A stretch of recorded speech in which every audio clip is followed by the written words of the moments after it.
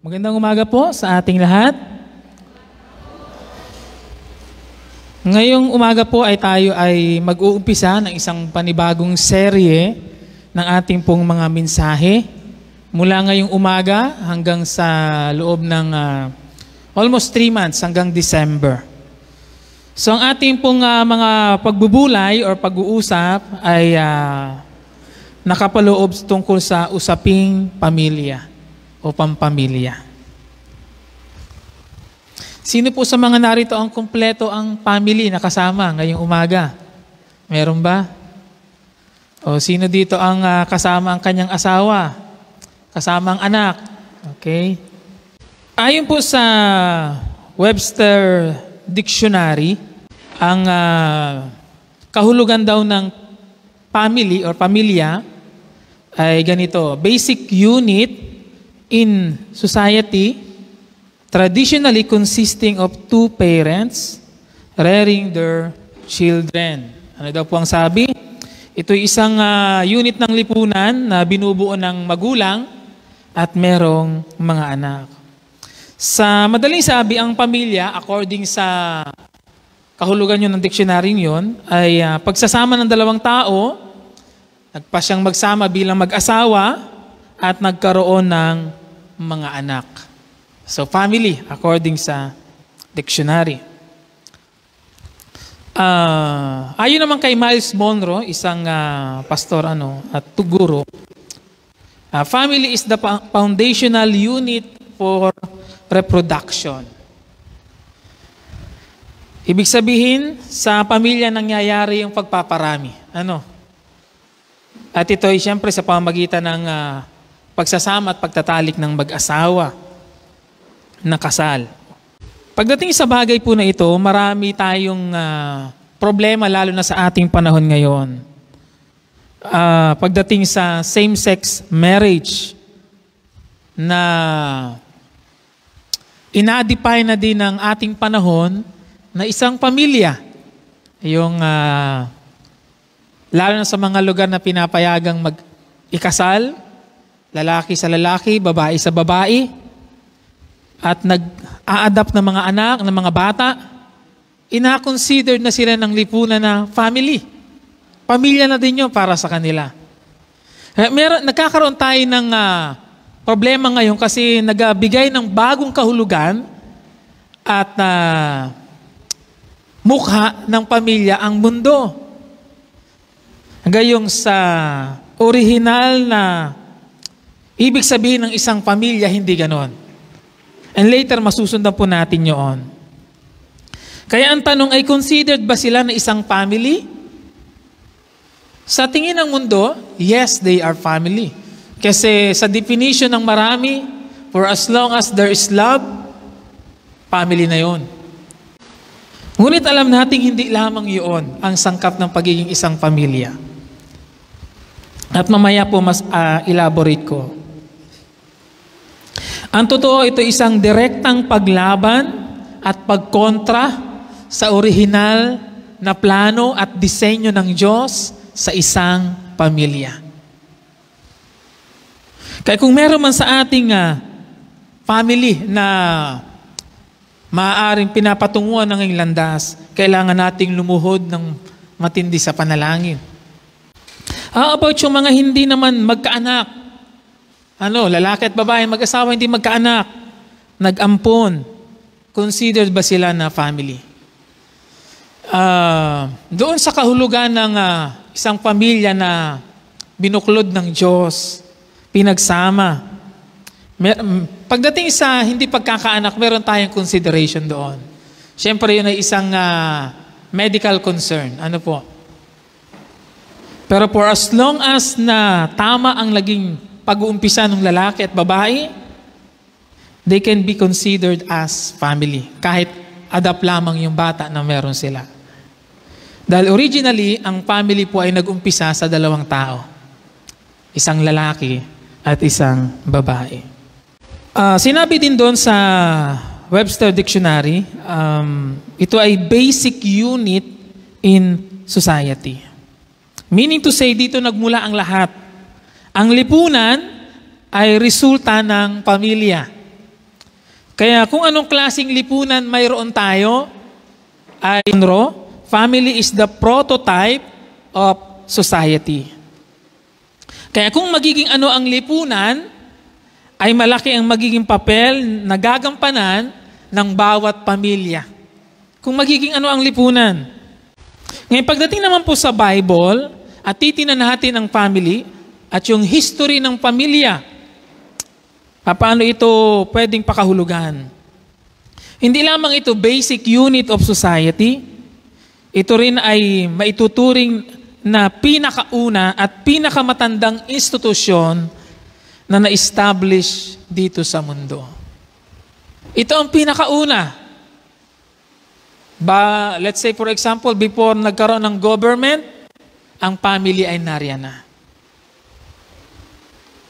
Kaya bago nagkaroon ng iba't ibang mga institusyon dito sa daigdig, sa mundo, ang pamilya ay nag-exist na. Kaya ang pinakamatandang institusyon ay ang family. Family. Sa ating panahon at sa setup na meron tayo ngayon, para maging isang legal na mag-asawa ang dalawang tao, kailangan nilang magpasa ng mga list of requirements at sa pamamagitan ng mga binigyan o pinagkalooban ng kapangyarihan according sa position na meron sila at sa mga feeling mga personalities. Sa ilalim ng batas ay magiging legal na doon lamang magiging legal na mag-asawa ang dalawang tao kapag iginawad na sa kanila yung legality na yun sa pamamagitan ng basbas at ng mga papel na ina-required. Pero sa original na disenyo po ng Diyos sa pamilya at sa pag-aasawa, hindi ito isang government o law matters, kundi ang family ay isang relational at spiritual matters. Ito'y tungkol sa kaugnayan at may kaugnayan din sa spiritual na kalagayan. Tungkol ito sa pagkakaroon natin ng isang malapit na kaugnayan, una sa Diyos at sa isa't isa. At sa pagsasakatuparan ng mga plano at layunin ng Diyos para sa tao at sa pamilya. Ito ang unang-unang sinira ng kaaway. Kasi nakita ng dyablo na maganda ang gawa ng Diyos, maganda ang nilikha ng Diyos.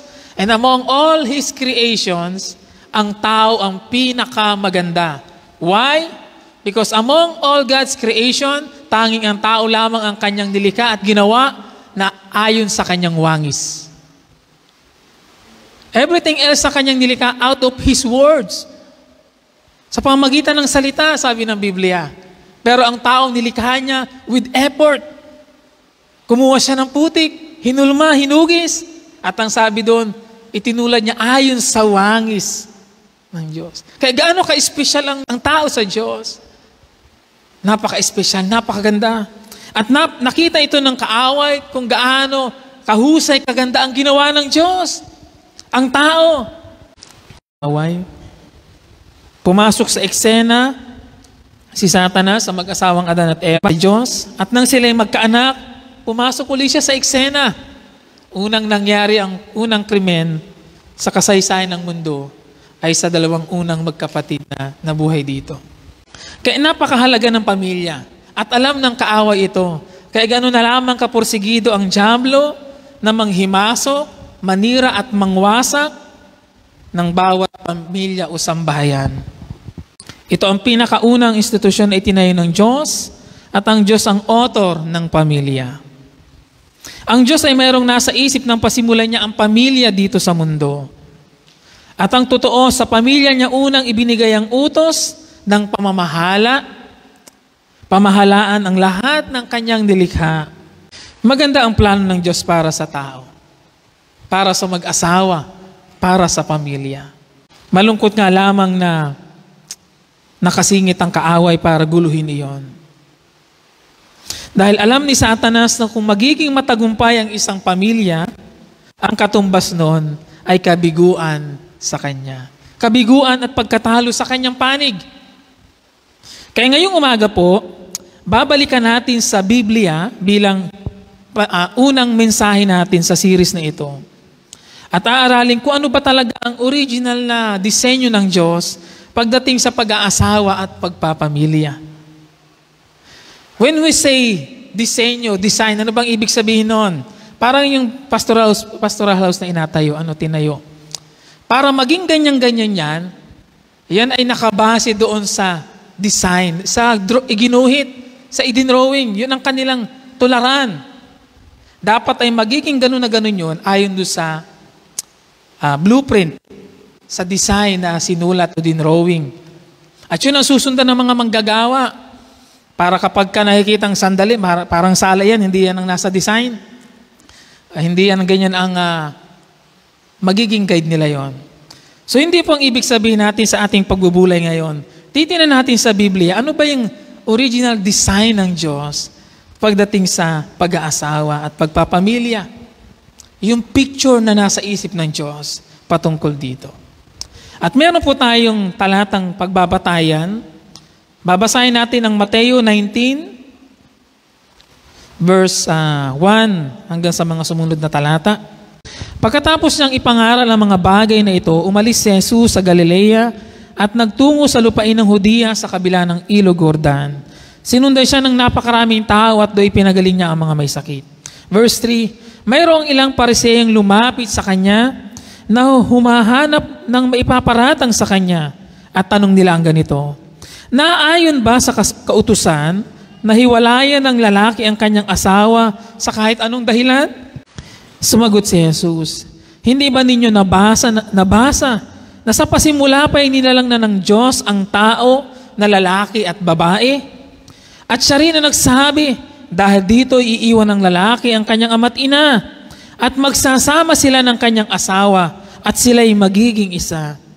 Hindi na sila dalawa, kundi iisa. Kaya't ang pinagsama ng Diyos ay huwag paghiwalayin ng tao. Tinanong siya ng mga Pariseyo, kung gayon, bakit iniutos si Moises na bigyan ng lalaki ang kanyang asawa ng isang kasulatan ng paghiwalay bago niya ito palayasin? Sumagot si Jesus, ipinahintulot ni Moises na hiwalayin ninyo ang inyong asawa dahil sa katigasan ng inyong ulo. Subalit hindi ganoon sa pasimula.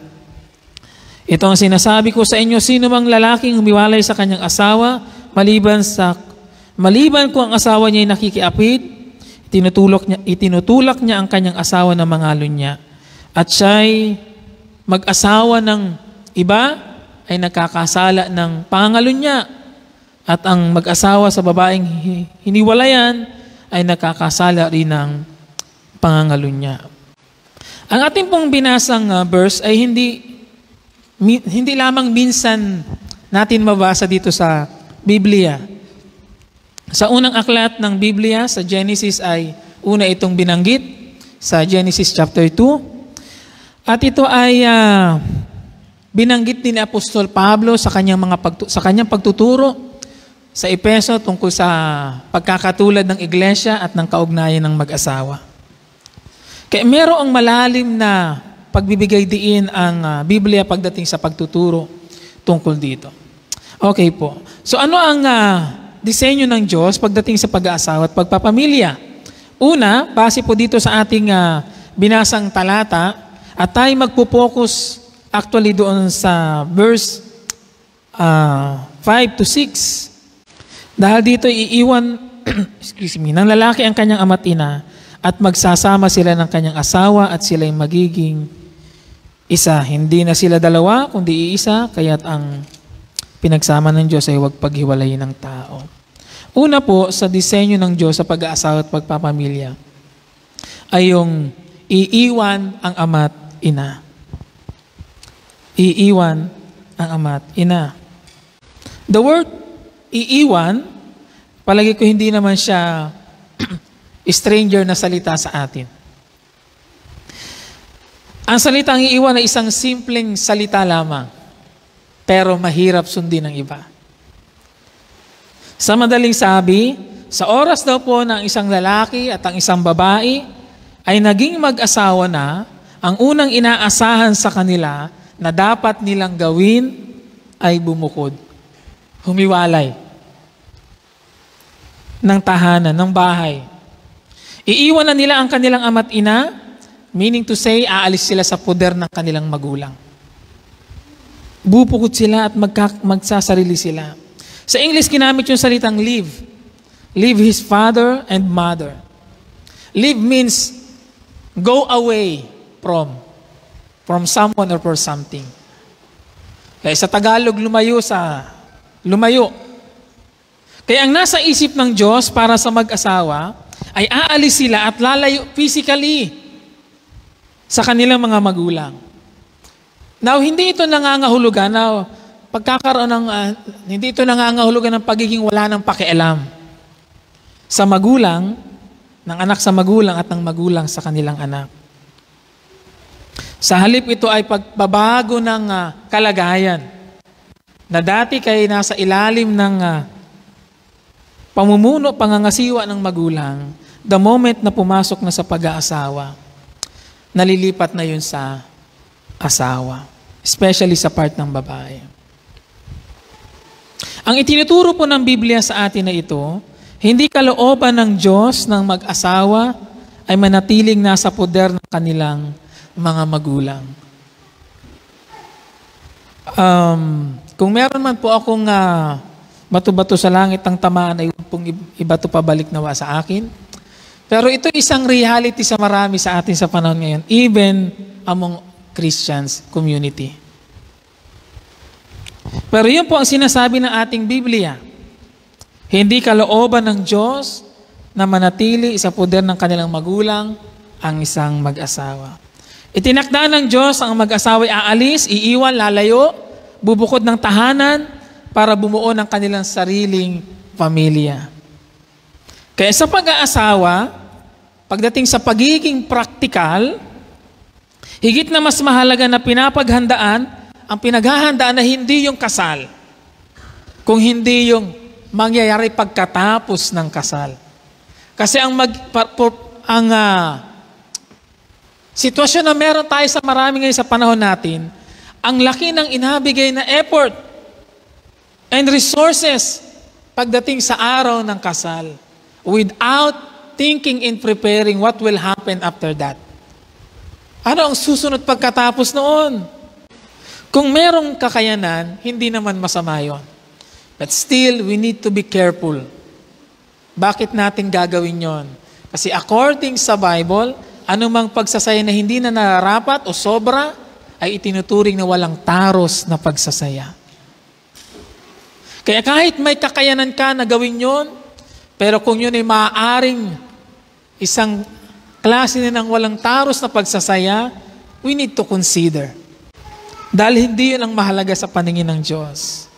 Kaya ang paalala po natin sa marami, lalo na sa mga kabataan, kung hindi kaya, huwag tangkain. Mamumblema ka lamang ng malaki. Kung hindi ka naman kabilang sa mga super milyonaryo o bilyonaryo, ay huwag kang makigaya-gaya sa kanila. Huwag pakaubusin ang resources. Magtabi ng para sa bahay o pang-upa ng bahay. Hindi matalinong makigaya na magkaroon ng isang bonggang kasalan kung hindi naman afford financially. Kaya ang nangyayari sa marami, ang ganda ng kasalan, bonggang-bongga, pero nakikisulok sa magulang. Sa ating mga Kristiyano, pangit po yun. Sorry to say that. Pero that is not my word. Yan po ang nasa salita ng Panginoon. Ngayon, merong nagtanong sa akin, paano pastor naman yung mga consideration na balo na ang magulang? Well, maybe pwede natin i-consider yun na exception na dahil lalo na kung walang ibang aasahan. So, katungkulan din naman natin na arugain ang ating mga mahal sa buhay, lalo ng ating immediate family.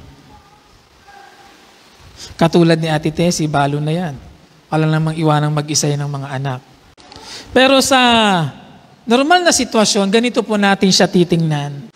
Sa mga kabataang narito, lalo na sa mga nag-iisip na pumasok sa pagpapamilya, ang matalinong paghahanda sa pagpapamilya ay ang iniisip ay hindi kung paano magiging bongga ang kasalan, kundi kung paano matitiyak na mayroon kayong matutuluyan, pagkatapos ng kasalan.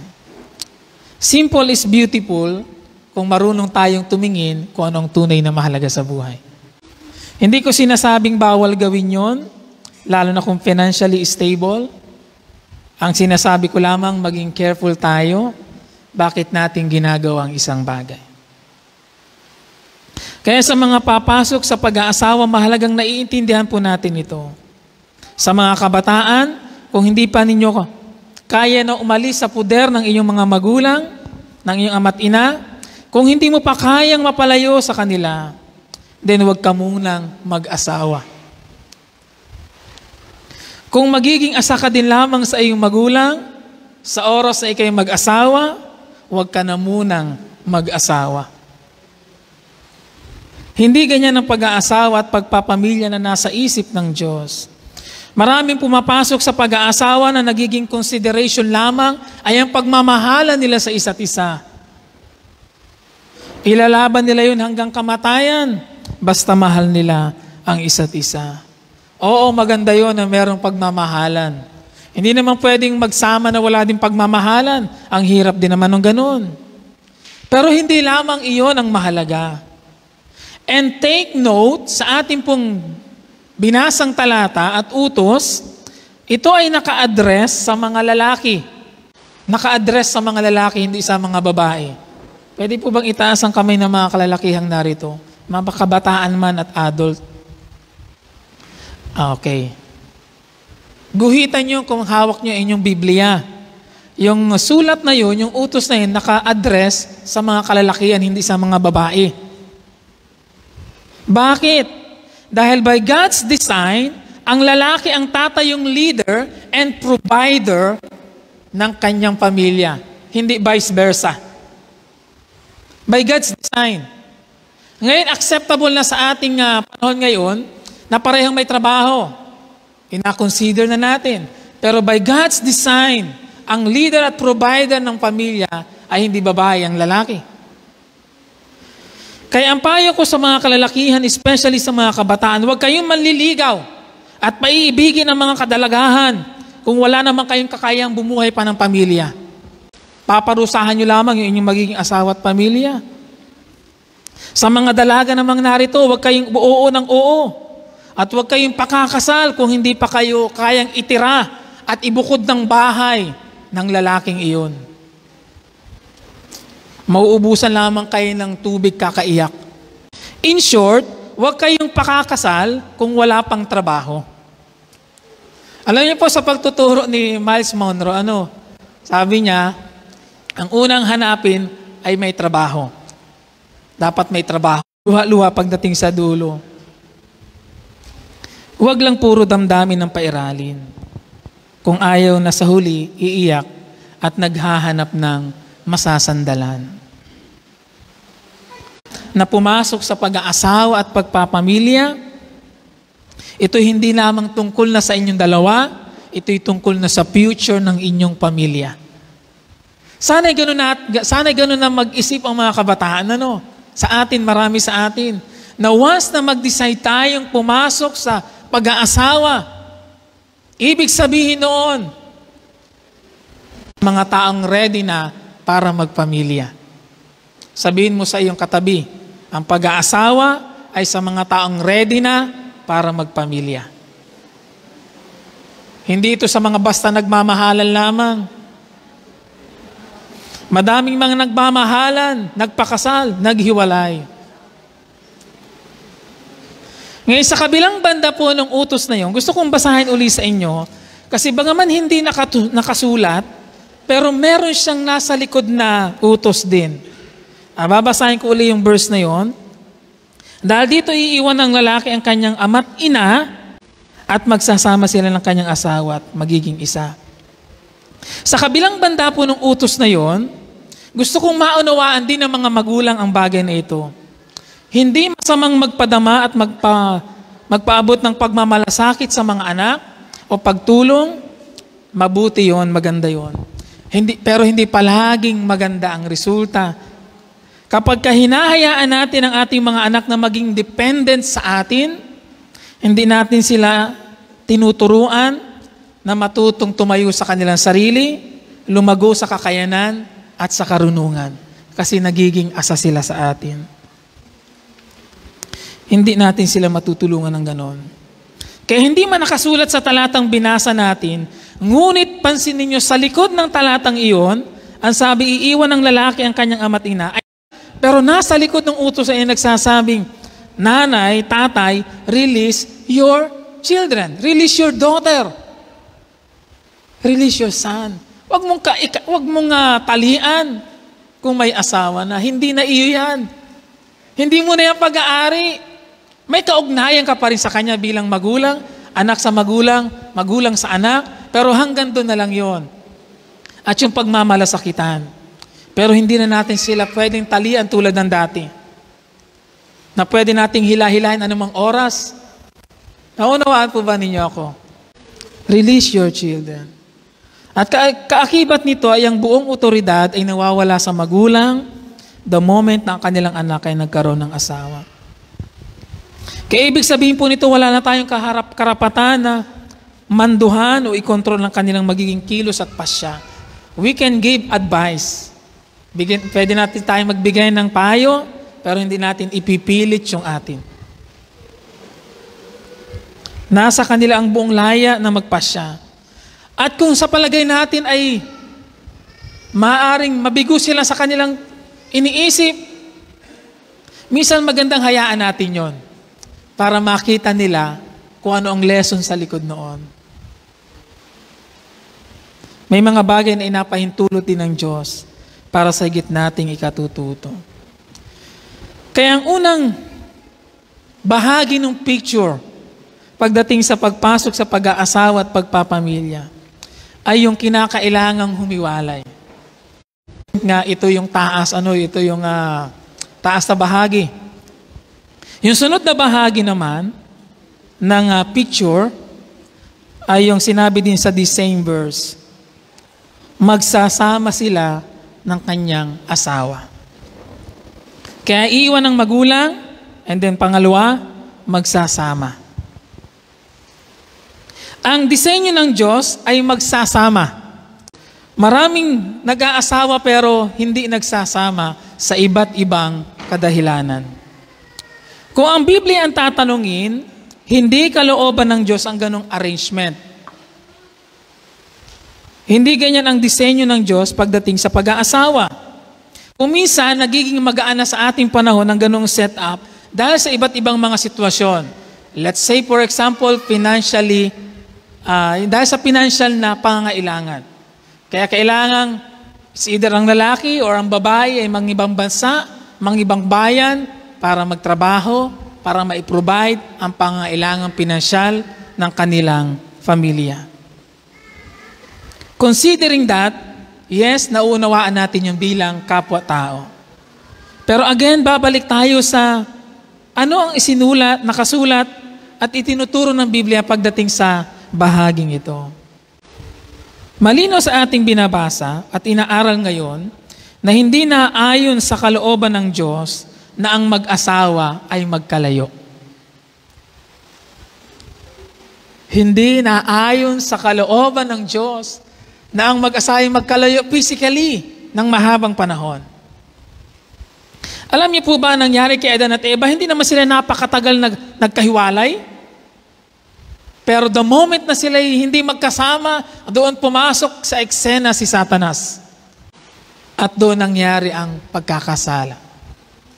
Ang kalooban ng Diyos, mga kapatid, sa mag-asawa ay dapat magkasama. Sa halip, maraming opportunity para sa kaaway. Para ihulog tayo, o ang sino man, it's either ang lalaki o ang babae, sa pagkakasala sa Diyos. Hindi nagbabago ang agenda ng kaaway, patuloy siyang naghahangad na manira at mangwasak ng buhay, unang-una na ang bawat pamilya. Nangyari na yan sa ating unang mga magulang, kung nagawa niya doon yan, nagagawa pa rin niya ngayon. Kaya mapanganib sa mag-asawa ang magkalayo. Dahil magiging mas malaya ang kaaway na tuksuhin ang sinuman, especially yung mas mahina sa kanilang dalawa. Kaya sa mga pamilyang narito po, kung ayaw nating magkaroon ng pagkakataon ng kaaway na makapanira sa relasyon ng mag-asawa at ng pamilya, huwag nating bibigyan pagkakataon ng kaaway na makasingit. Huwag natin siyang bibigyan ng opportunity na matukso tayo. Alam niyo po yung staying together is equivalent to protecting each other. Napapansin niyo din yan siguro kahit sa inyong personal na kalagayan bilang isang Kristiyano, na kapag ikay napapalayo sa Christian community, ang lapit mo sa tukso. Susundan niyo po ba ako? Kapag malayo ka sa mga kapwa mo mananampalataya, parang ang lakas ng impluwensya ng mundo, ng tukso, ng kasalanan. Pero kapag malapit ka sa mga kapwa mo, Kristiyano at mananampalataya, you feel protected. You feel strong. Kasi alam mo may mga taong kakasama doon na magsisilbing protection mo, mag-iingat sa iyo. The same thing sa family, mga kapatid. Especially sa mag-asawa. Diyan na meron tayo ngayon sa panahon natin. Kasi nagkakaroon tayo ng pagkakataon na makipag-communicate kahit sa mga nasa malalayo. At nakikita natin sila through video, naririnig ang kanilang totoong boses. Pero hindi yon pwede natin gamitin garantiya. At katiyakan na ang mga bagay ay magiging ayos. Hindi ko alam kung lahat kayo mag-agree sa akin, pero pwede kong sabihin na kahit pa merong regular communication through video chat or whatever kind of communication sa technology meron tayo, iba pa rin ang nagagawa nung physically kayo ay magkasama. Iba pa rin ang pakinabang na meron nun nung physically magkasama at buo ang pamilya. Lalo na nasa beginning stage pa lamang ang family. Kung minsan pa nga, mas malaki ang nawawala kaysa sa nakukuha dahil sa pagiging malayo sa isa't isa. Ano ang dahilan ng paglayo? Para kumita ng mas malaking pera. Maaaring nakakuha tayo ng mas malaking pera, pero may epekto. Kaya maraming nasisira, maraming ayos ng bawat isa ang kailangan ng isa't isa. At kahit maging sa progress ng mga anak, ay naapektuhan din.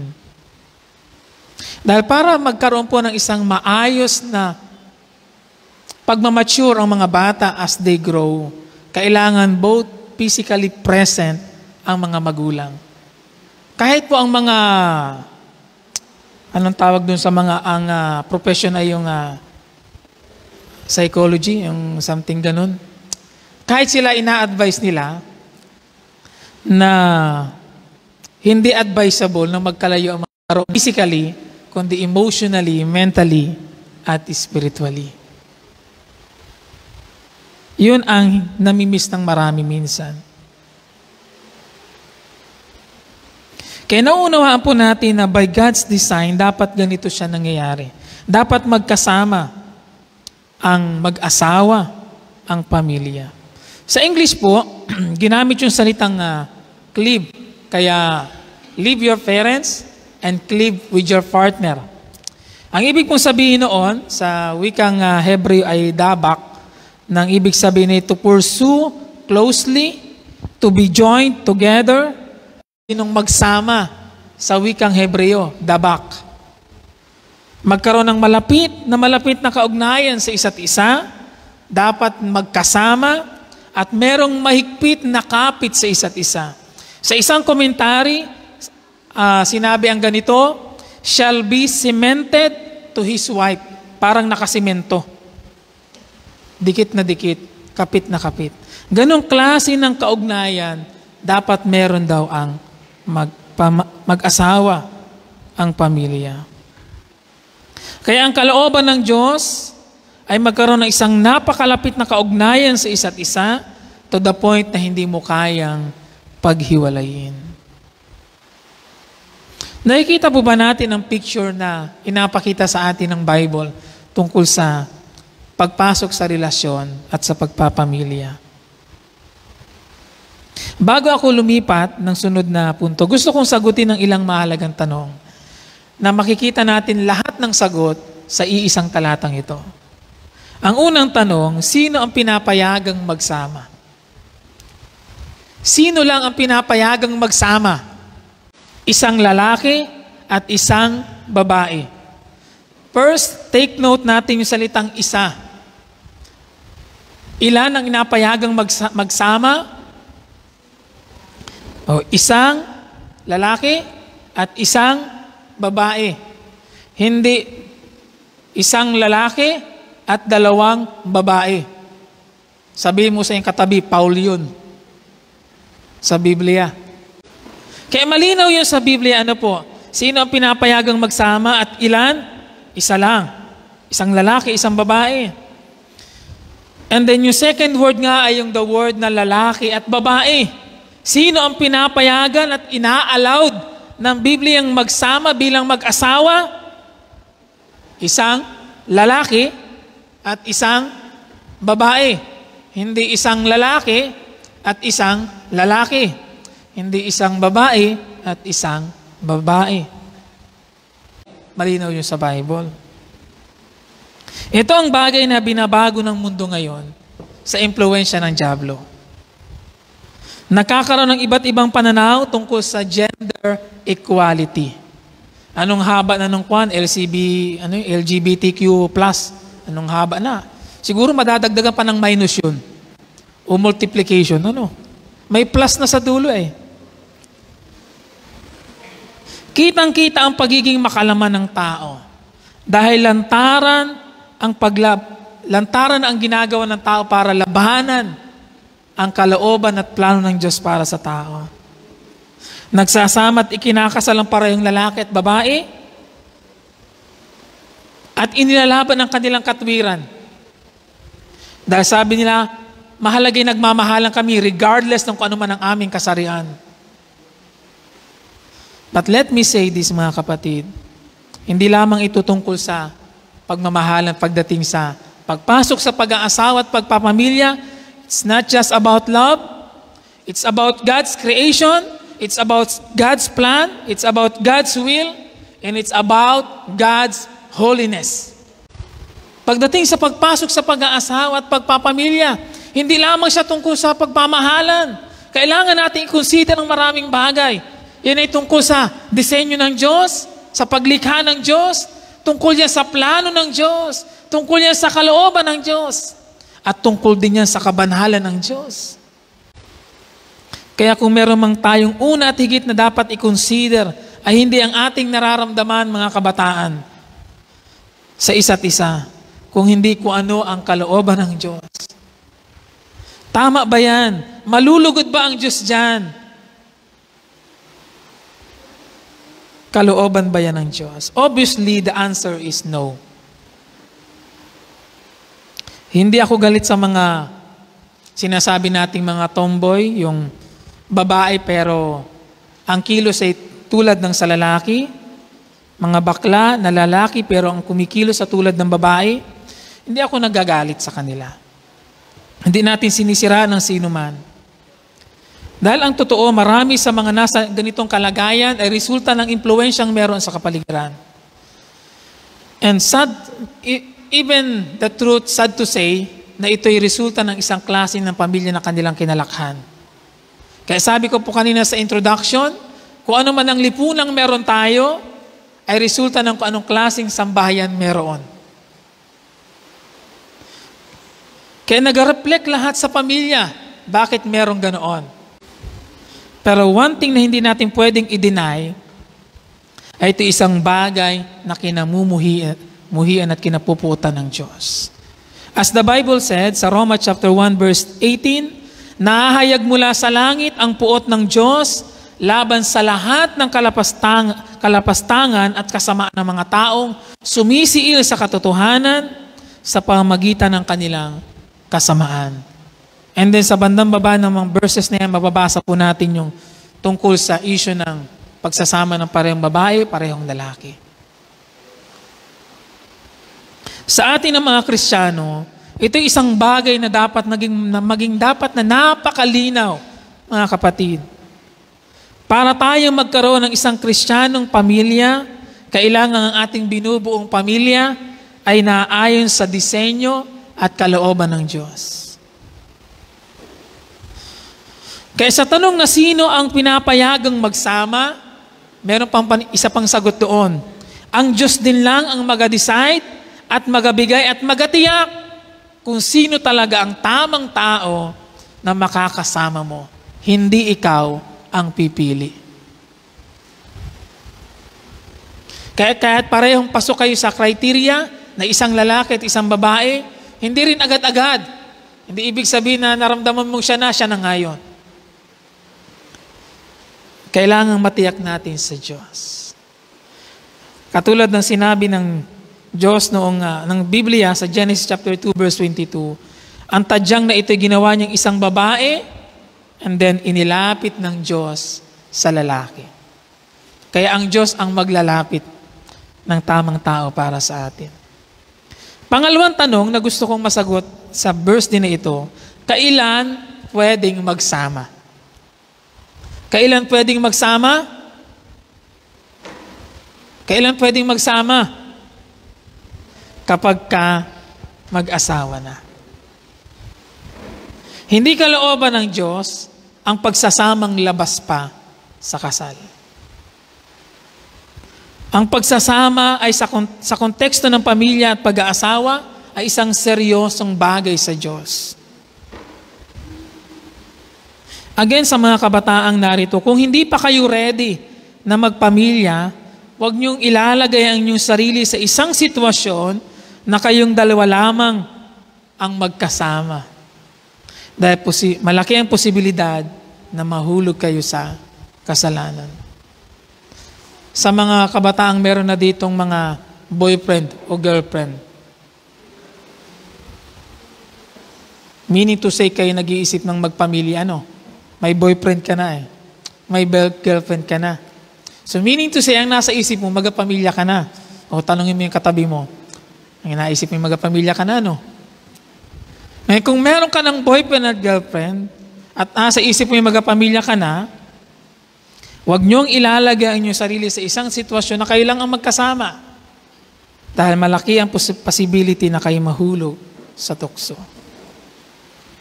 Pangatlong tanong, hanggang kailan magsasama? Hanggang kailan magsasama? Sinagot din yan doon verse na binasa natin sa bandang baba. Sabi ng Panginoong Yesus, verse 6, ang pinagsama ng Diyos ay huwag paghihiwalayin ng tao. Sinabi sa Malakyas, nasusuklam ako sa naghihiwalay, sabi ni Yahweh ang Diyos ng Israel.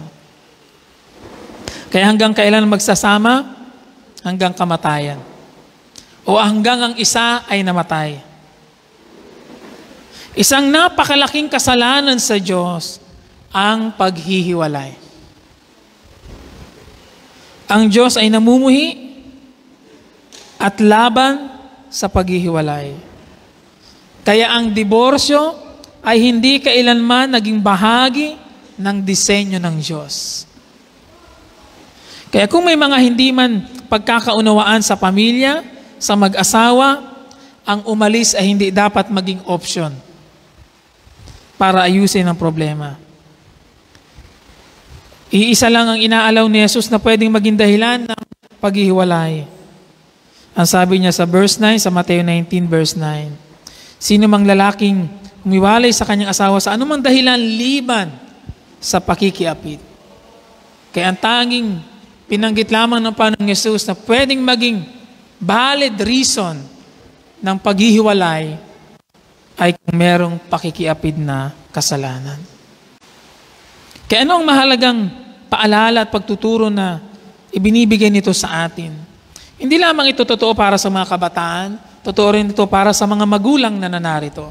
Paano natin titiyakin at mababantayan ang ating mga anak habang nasa ilalim pa sila ng ating pangangasiwa. It is our first responsibility na tiyakin na mangyayari ang plano at kalooban ng Diyos para sa kanilang mga buhay. Kaya kung nakikita natin silang hindi na lumalakad ayon sa disenyo at plano ng Diyos para sa buhay nila, then we need to do something para mapigilan iyon. Pangatlo po, magiging isa. At sila'y magiging isa. Sa equation ng Diyos, sa konteksto ng pag-aasawa at pagpapamilya, 1 plus 1 is equal to 1.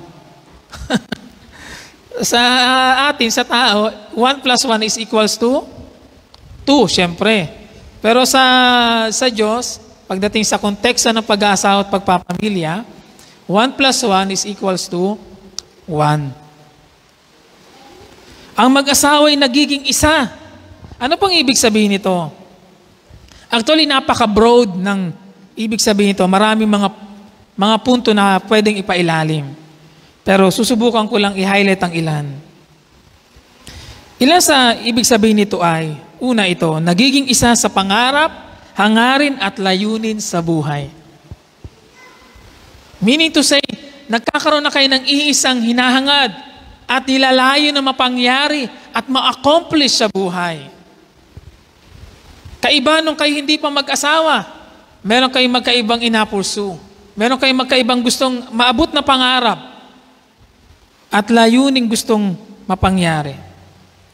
Pero sa pagiging mag-asawa at pagpapamilya, meron na kayong dapat pareho at nagkakaisang inagol at gustong mapangyari, ma-accomplish according sa plano at kalooban ng Diyos. Kaya sa pag-aasawa at pagpapamilya, wala nang kanya-kanya. Hindi kalooban ng Diyos na nagkakanya-kanya ang mag-asawa. Malaking gulo kung kanya-kanya, kanya-kanyang diskarte, kanya-kanyang ipit. May magkaibang plano para sa pamilya, may magkaibang gusto, walang pagkakaisa. Kaya dapat tayo gumagawa na with the same goal and agenda, especially para sa future ng family. At ito po'y palagi may kaugnayan sa kung anong nais ng Diyos na mangyari para sa ating sambahayan. Hindi na ito tungkol sa ating sariling gusto, tungkol na ito sa nais ng Diyos para sa pamilyang bubuin mo. Magiging isa. Ito'y nagbabato rin ng isang kaisipan na sa mag-asawa, wala na dapat kompetensya na nangyayari. Sa halip dapat complement. Hindi dapat competition, but complement. Katulad ng sinabi ni Yahweh sa Genesis chapter 2, verse 18b, bibigyan ko siya ng makakasama at makakatulong. Sa English po, isinalin nyo na suitable partner, suitable companion. O angkop na makakatuwang, makakatulong. Mahalaga po ito pagdating sa pag-unawa ng magiging kapartner natin sa buhay. Ano ba ang pagkakaiba ng suitable sa compatible? Ang ibibigay kasi ng Diyos daw ay hindi compatible partner, kundi isang suitable companion. And ano ba ang pagkakaiba ng compatible sa suitable? Ang pagiging compatible po, ay tungkol sa pagkakaroon ng mga pagkakapareho. Pareho kayo ng hilig. Pareho kayo ng pagkain na gusto. Mahilig kayo sa gulay, pareho kayo mahilig sa gulay. Pareho kayong mahilig manood ng K-drama. Pareho kayong mahilig mamasyal, maglakad. Talagang compatible kayo kasi mareho kayong pagkakapareho. Pero yung pagiging suitable po ay hindi lamang tungkol sa mga pagkakapareho. Ang pagiging suitable o pagkakaroon ng suitable companion ay may kaugnayan sa layunin ng Diyos sa buhay mo o sa buhay ninyong dalawa. Ang ibibigay ng Diyos sa atin ay isang suitable partner, hindi isang compatible partner, dahil ang nasa isip ng Diyos ay para matiyak na mangyayari at magaganap sa buhay natin ang plano at layunin ng Diyos. Kaya bakit suitable partner ang ibibigay sa atin? Para matiyak na mangyayari at magaganap sa buhay natin ang plano at layunin ng Diyos. Kasi kung compatible partner, sa una okay yon. Pero kapag naglabasan na yung mga bagay na hindi kayo compatible, ano ang pwedeng mangyari? masabog yun. Pero yung suitable partner, inapunan yung mga pangangailangan ng isa't isa. Yung wala sa iyo, siya ang pupuno nun, at yung wala sa kanya, ikaw ang pupuno nun. Kaya merong tulungan ng isa't isa. Merong pagbabahagi na ng isa't isa mula sa mga kapintasan ng isa't isa at sa kalakasan ng isa't isa, nag-complement kayo pareho. Yun po ang ibig sabihin ng pagiging suitable. Kaya kung magiging ano ang pamilya na ating inabuo sa hinaharap, ay nakadepende sa kung sino ang magiging companion mo sa buhay. Kung gusto mong magkaroon ng isang napaka-gandang family in the future, tiyakin mo kung anong klaseng tao ang pakikisamahan mo. Kung gusto mong magkaroon ng isang Kristiyanong pamilya, tiyakin mo na Kristiyano ang magiging kasama mo. Ito'y nangangahulugan na rin po mga kapatid, na yung pagiging isa ay nangangahulugan din na ang tawag ng Diyos sa lalaki ay siya rin tawag ng Diyos sa babae. When we say magiging isa, ang tawag ng Diyos sa lalaki ay tawag rin ng Diyos sa babae. Mga asawang babaeng narito, ang tawag ng Diyos sa lalaki ay tawag rin ng Diyos sa inyo. Kaya dapat full support tayo. Hindi yung panayat maya na lamang ang reklamo mo. Lagi ka na nandun. Ikaw naman lalaki, bitbitin mo para hindi palagi nagreklamo na wala ka. Kaya kung hindi pa malinaw sa atin, sa mga kabataang narito, kung hindi pa malinaw kung ano ang layunin ng Diyos sa buhay mo, huwag ka munang mag-aasawa. Magiging magulo ang inyong pagsasama. Bakit? Kasi hindi malinaw kung pasaan ang buhay ninyo. Parehong lito. Ay sino ba ang susundin natin? Tiyakin mo muna kung ano ang layunin at tawag ng Diyos sa iyo, mga lalaki, kabataan lalaki, bago ka magpasya na mag-asawa at magpamilya. Guguluhin mo lamang ang buhay ng iyong mapapangasawa kung hindi naman pala malinaw pa sa iyo kung ano ang nais ng Diyos para sa iyong buhay. Sa mga kadalagahan na narito, huwag kayong oo hanggat hindi malinaw sa lalaki kung pasaan kayo. Para kang sumakay ng sasakyan na walang tiyak na patutunguhan kung saan. Naunawaan mo, para kang sumakay ng isang sasakyan, pasaan baga ito? Parang walang direksyon. Pangiti-ngiti kayo ngayon sa akin, ha? Babantayan namin kayo. Joke lang. Pero seryoso po yon, mga kabataang narito. Nararamdaman niyo po ba na seryoso itong bagay na ito? Nakataya din dito ang future. Hindi ko po masyadong pakadidiinan ito dahil merong sunod na mensahe pagkatapos ito na ang tungkol sa layunin ng Diyos. Pero ang gusto ko lamang pong bigyan ng diin na katotohanan na ito, sa pag-aasawa at pagpapamilya, kailangan mong isinasaalang-alang palagi ay hindi ang tungkol sa sarili mong gusto, kung hindi tungkol sa gusto ng Diyos at sa magiging kinabukasan mo, ninyo, bilang isang pamilya. Kaya pagpapasok tayo sa pag-aasawa at pagpapamilya, palagi nating consider the future. Ano ang future na naghihintay kung itutuloy ko ito? Kung siya ay kung ako iuoo sa kanya, o kung siya ang aking liligawan. Tinignan ko po sa dictionary yung ilang mga synonyms ng salitang companion, at meron dalawang salita na lumabas. When we say synonyms, yung halos kaparehong kahulugan, o kapareho, lumabas yung salitang friend and partner or business partner. Kaya yung pagiging companion pala ay yung pagkakaroon ng, tungkol ito sa pagkakaroon ng isang taong mapagkakatiwalaan mo. Isang taong maaasahan mo at all time. Yun ang ibig sabihin ng companion. Sa synonyms niya na friend. Isang taong maaasahan mo, mapagkakatiwalaan mo, masasandalan mo, at all times. Di ba yun ang friend? And then partner. Katulad ng isang business partner o kasosyo. Meaning to say, kasama mo siya sa pagpaplano at pag-execute ng planong ito. At kung meron mang kabiguan, kasama mo siya na mag-resolve at tumayong muli para magsimulang muli. Yun ang ibig sabihin daw ng companion sa synonyms naman niya na partner or parang kasosyo sa negosyo. Kaya sa pangit mang karanasan, sa tagumpay man, sa kabiguan, kasiyahan, kalungkutan, kayo'y magkasamang palagi. Hindi yung, gawa mo yan, mag-isa ka dyan, magtiis. Hindi ganon. Kahit pawaring yun ay kanyang naging maling hakbang, pareho mo siyang sasamahan mo siya para pareho kayong dadaan sa karanasang yun at muling palalakasin ng isa't isa.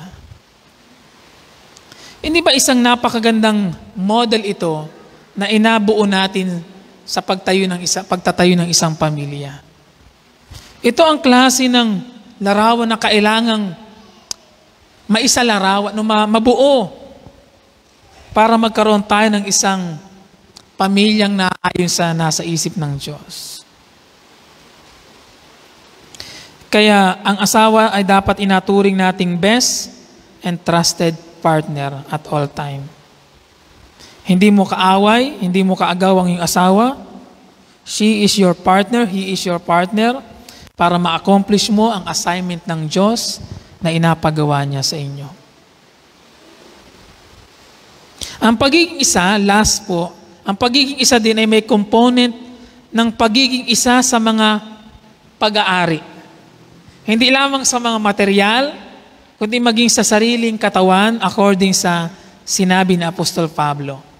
Sapagkat hindi na ang babae, unang Corinto chapter 7 verse 4 to 5, ang may kapangyarihan sa sariling katawan, kundi ang kanyang asawa. Gayun din naman, hindi na ang lalaki ang may kapangyarihan sa kanyang sariling katawan, kundi ang kanyang asawa. Kaya huwag kayong magkait sa isa't isa. Malibang pagkasunduan ninyo, huwag muna kayong magsiping upang maiukol ninyo ang panahon sa pananalangin. At pagkatapos magsiping na uli, upang hindi kayo matukso ni Satanas, dahil sa hindi ninyo kayang magpigil. Kaya ang dating atin ay hindi na atin. Ay yung dating kanya, hindi lang na kanya yon.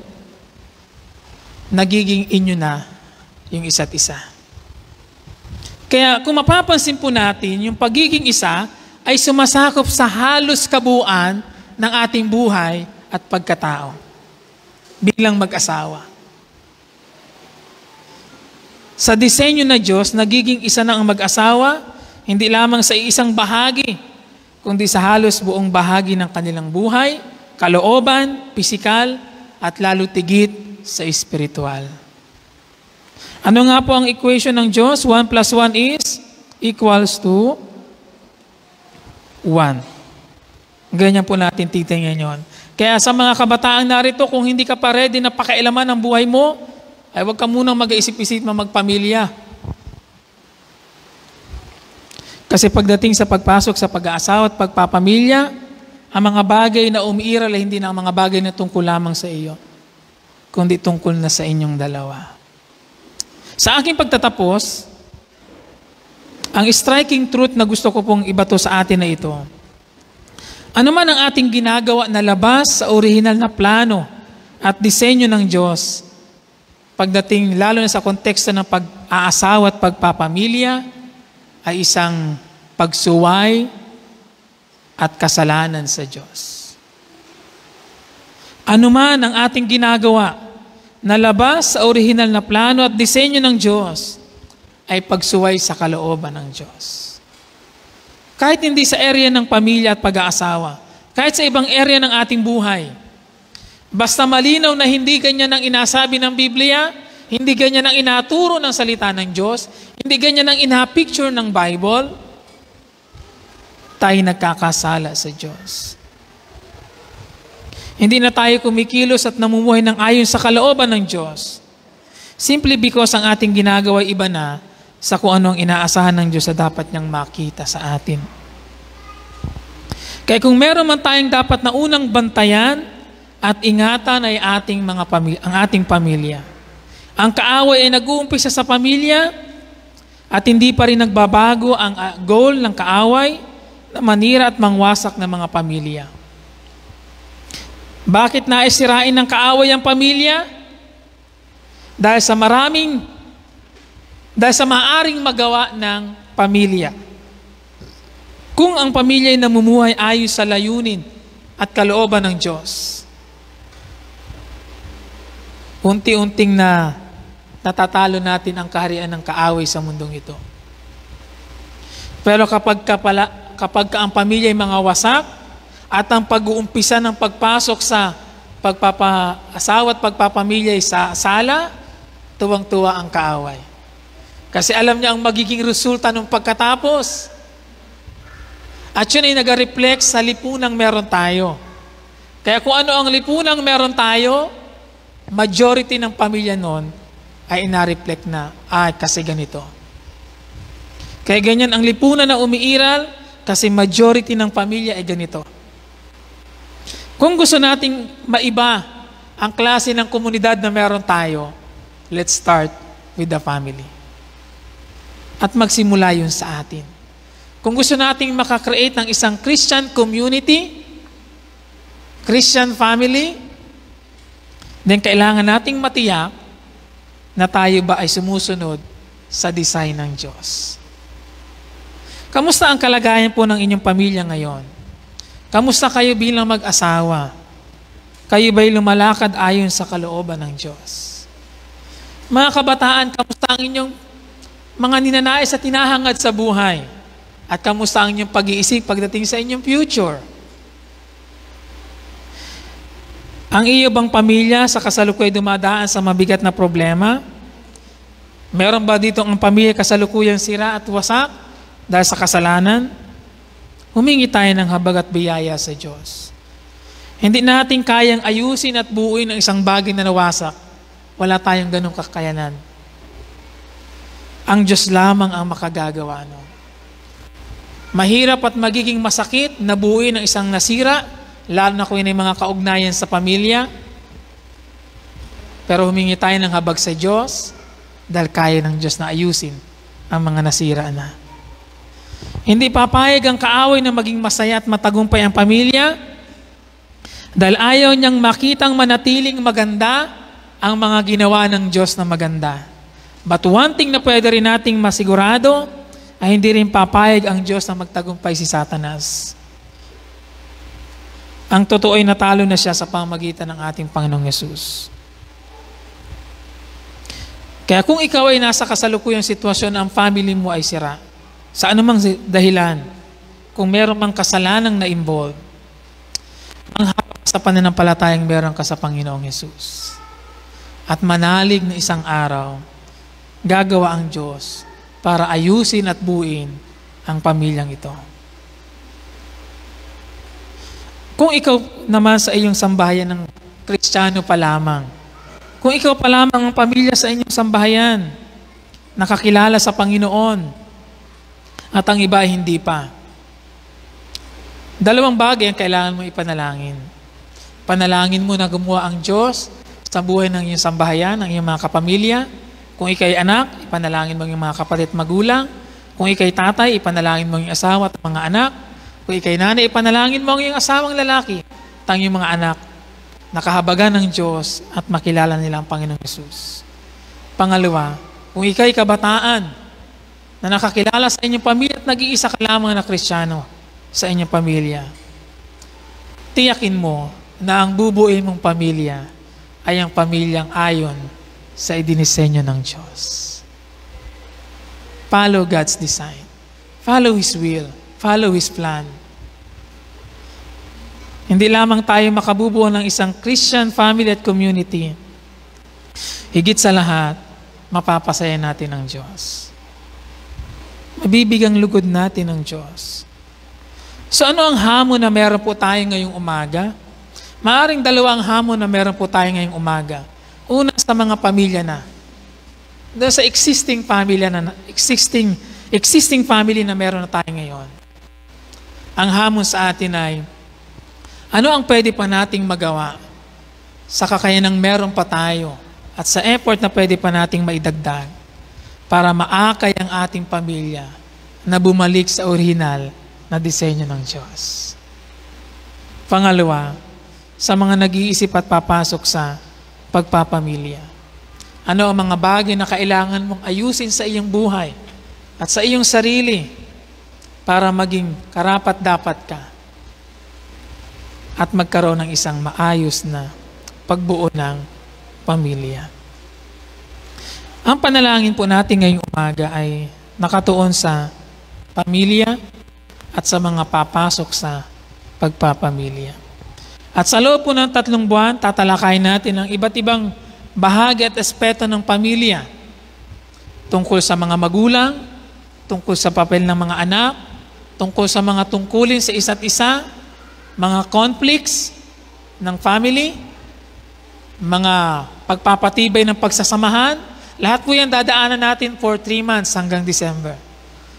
At kaya na-encourage po namin kayo na ito'y ating wag mamiss para makita natin kung saang mga bahagi ng ating pamilya ang kailangan nating higit na atensyonan.